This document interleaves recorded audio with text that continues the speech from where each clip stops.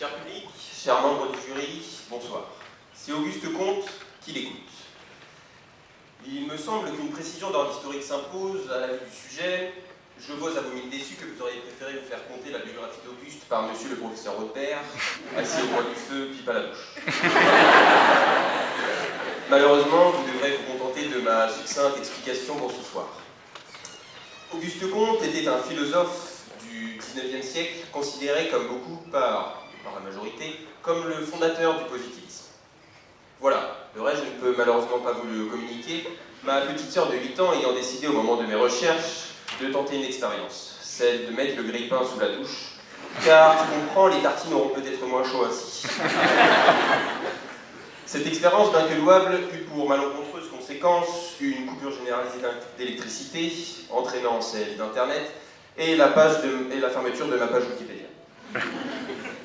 En réalité, cette expérience fut le seul sourire de ma semaine, car je dois vous faire part d'une triste nouvelle qui, j'en suis sûr, n'impactera que moi.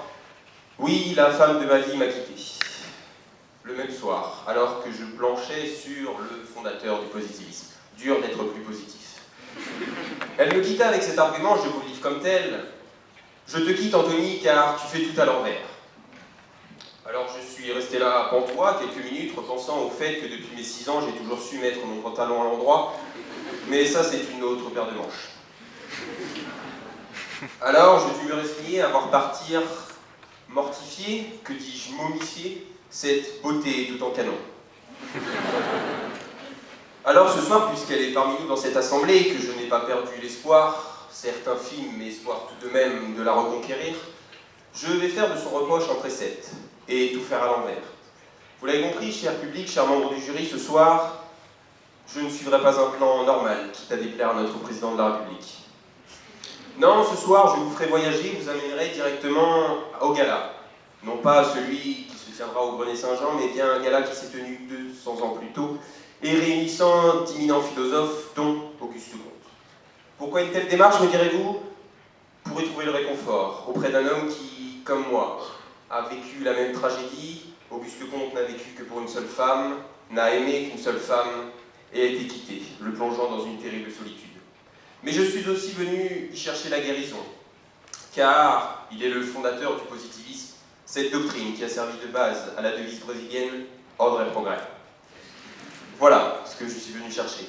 Alors, trop content de trouver un échappatoire à ce gala pompeux, Auguste Comte me proposa de le raccompagner chez lui. Mais trop las pour me conter quoi que ce soit, Auguste me proposa de nous retrouver le lendemain matin. J'accepta, contraint, et alla piquer un somme, ni faire, ni effet, ou je ne sais plus. L'excitation m'ayant tenu en éveil et m'empêchant de me trouver mes mots. Nous nous retrouvâmes le lendemain matin comme prévu autour d'une tasse de café, et il me dit ceci. Il me dit, avant d'aboutir au positivisme, j'ai déjà élaboré la théorie des 3 états. En réalité, l'esprit humain passe par 2 états avant d'atteindre l'état positif. Il en est de même pour la rupture. En effet, il y a tout d'abord l'état théologique, l'enfance de la rupture dans lequel l'agent, moi, cherche à trouver la cause première du phénomène qui l'impacte via l'interaction d'agents surnaturels. Pour moi, ce fut le destin. En effet, j'ai longtemps cru que ma rupture allait me rendre triste, que j'allais errer sur le campus, me faire repérer par un journaliste de France Télévisions réalisant un reportage sur la tristesse des étudiants, passer dans le journal de Marie Drucker, me faire repérer par Marie Drucker, me marier avec Marie Drucker, rencontrer Michel Drucker, faire du vélo avec Michel Drucker, et enfin, me faire dédicacer mes posters de Michel Drucker par Michel Drucker. Mais Auguste Comte me ramena rapidement à la réalité, ma tristesse n'ayant jamais eu comme conséquence la rencontre avec mon idole.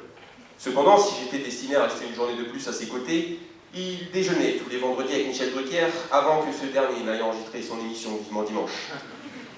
J'accepta bien volontiers et passa au second état, l'état abstrait, l'adolescence de la pensée ou de la rupture, qui n'est qu'un prolongement du premier et dans lequel les agents surnaturels sont remplacés par des entités abstraites. Pour moi, ce fut la raison. En effet, ses parents étant parisiens, les miens marseillais, je vous laisse imaginer facilement l'ambiance au repas dominicaux. Il nous aurait fallu alors déménager dans une région équidistante. Et pour tout vous avouer, l'Auvergne, ce n'est clairement pas mon fort, dans les Nelson.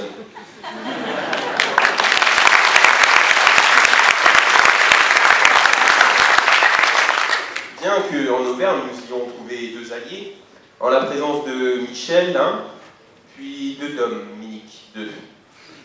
Seuls les Auvergnats comprendront, malheureusement. Alors, il m'incita à passer au troisième état, l'état positif, l'état ultime, dans lequel le sujet ne cherche plus à savoir pourquoi, mais comment le phénomène est arrivé, via des faits et des expériences avérées. Alors me revint en tête son reproche, tu fais tout à l'envers. Oui, je pense avoir tout fait à l'envers dans cette relation, en attestent deux exemples que je vous livre. Pour notre premier rendez-vous, tentant d'être original, je l'avais amené à la gare Saint-Lô, regarder les heures de départ et d'arrivée des trains défiler sur le tableau central. Mais tableau faire des efforts, les femmes préféreront toujours aller au cinéma, surtout si Nemo est à l'affiche. Ensuite, et dernier exemple, la veille de notre rupture, qui correspondait aussi à son anniversaire, alors que je lui avais promis un voyage en amoureux à l'île Maurice, je préférais lui offrir une mangeoire à oiseaux. Alors là, elle s'est exclamée « Ah non, c'était mon rêve, Maurice, tu pousses le bouchon un peu trop loin, là. »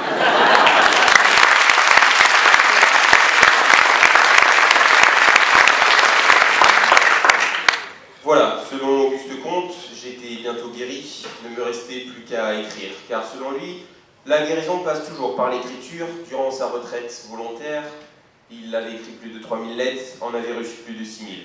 Il me dit que la forme et le fond importaient peu. Alors, pendant que je recherchais l'inspiration, me revint en tête, encore une fois, ce reproche. Tu fais tout à l'envers, tout à l'envers, tout à l'envers. Mais comme je ne suis pas grand fan de gangsters américains, encore moins quand il s'appelle Capone, je décida de faire sauter le hall et de tout faire en vert.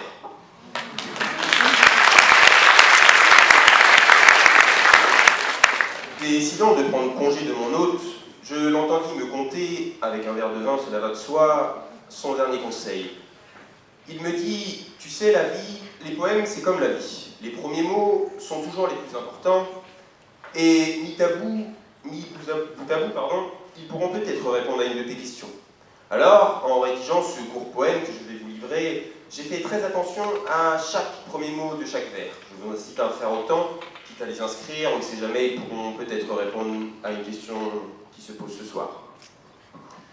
Si toi aussi tu as une peine de cœur, Auguste saura te redonner l'ardeur, compte tenu de sa philosophie qui nous rendra toujours moins tristes.